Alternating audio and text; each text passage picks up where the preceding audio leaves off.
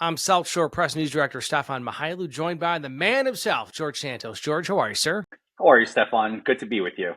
Yeah, you too. Now, you sat in during an equivalent of the State of the Union or a joint speech to Congress from the President of the United States when that young boy, DJ, battling brain cancer, incredible story, touching moment. He hugs the Secret Service agent and director who deputized him.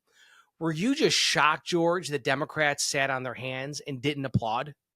It's more than shocking. It's actually disheartening, and it's a very unfortunate state of affairs that we find ourselves. I mean, Congresswoman Debbie Dingell from Michigan, who I actually like, because again, we don't need to agree to be friends, but she rolled her eyes, and I think that that's so indicative of people who are just unwilling to even clap for a child who is battling and beating all the odds of brain cancer.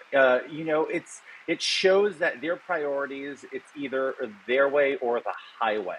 So it was very heartbreaking to see that kind of reaction from members of Congress, people who actually go to DC to represent their district.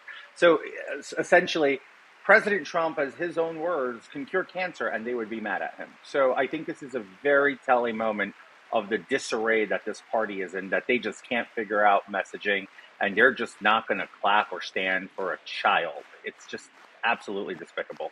But George, you've been there. You're an insider. You know how this works.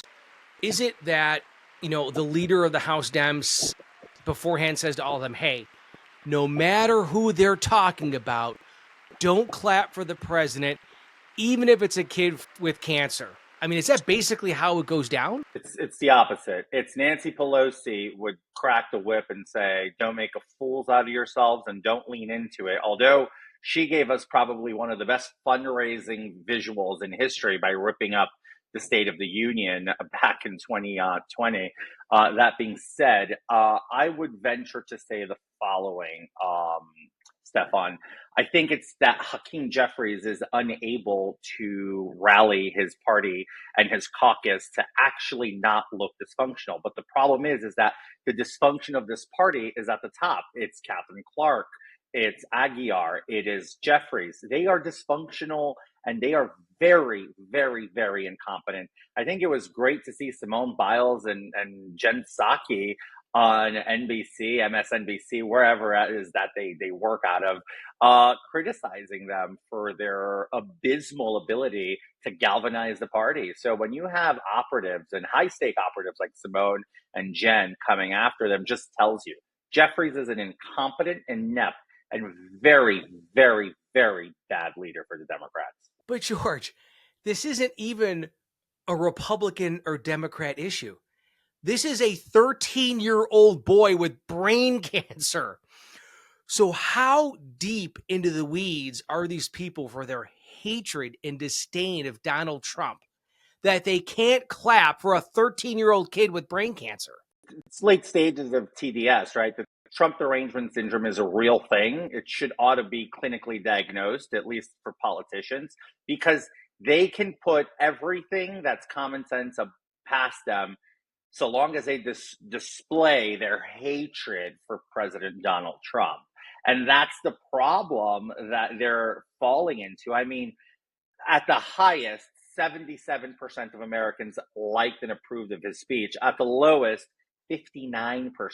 The crazy tell-all there is 59% was a Fox News poll, 77 was an NBC poll. So when you're getting that level of approval ratings from a speech, which I actually said was probably the most partisan speech I've ever heard a president of the United States give a joint session, and the American people approve of it, that just tells you that President Trump doesn't need to play bipartisanship anymore, because Democrats are dead inside, Stefan. Their souls are dead. They have no souls left because their late stage diagnosis of Trump Derangement Syndrome has left them in the state that they are in, almost nearing extinction. Yeah, they couldn't acknowledge or clap for the young man with cancer, the young man who was accepted into the Naval Academy, Military Academy from the United States of America, or people who lost their kids to violence and illegal immigrants. I mean, again, George, you're a former congressman. You sat in that chamber during a similar speech. While you're watching it, where you're like, I can't believe they're making this kind of horrible, unforced political error here. Look, I stood up for Joe Biden both times I was in the chamber and clapped when he had good things or he was honoring people in the chamber. Actually, myself, along with every single other Republican.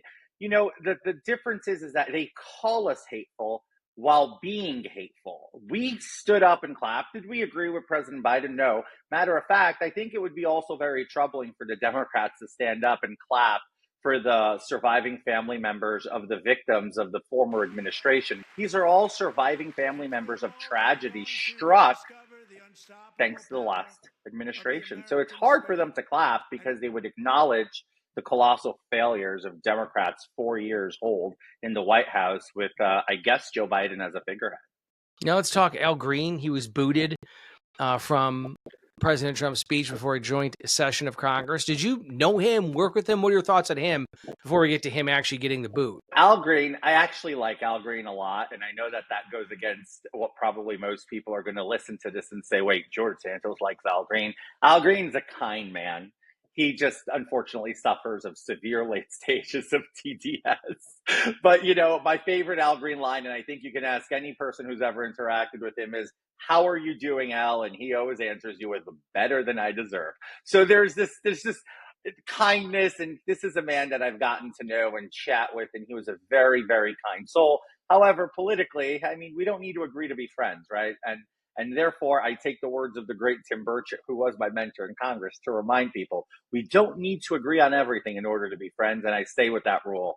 Al Green did it to Al Green. No one else did that to him in the chamber the other night. But wasn't it a great moment, though, where J.D. Vance was sitting back and J.D. was like, boom, give him the heave-ho. I thought that was the best moment of the night.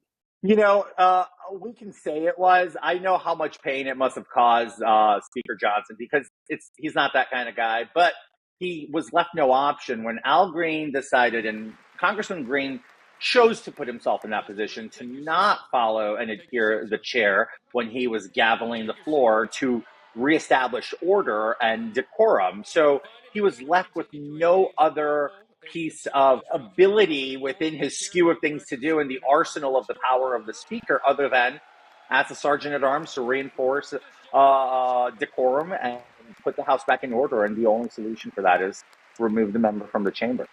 George, last question for you.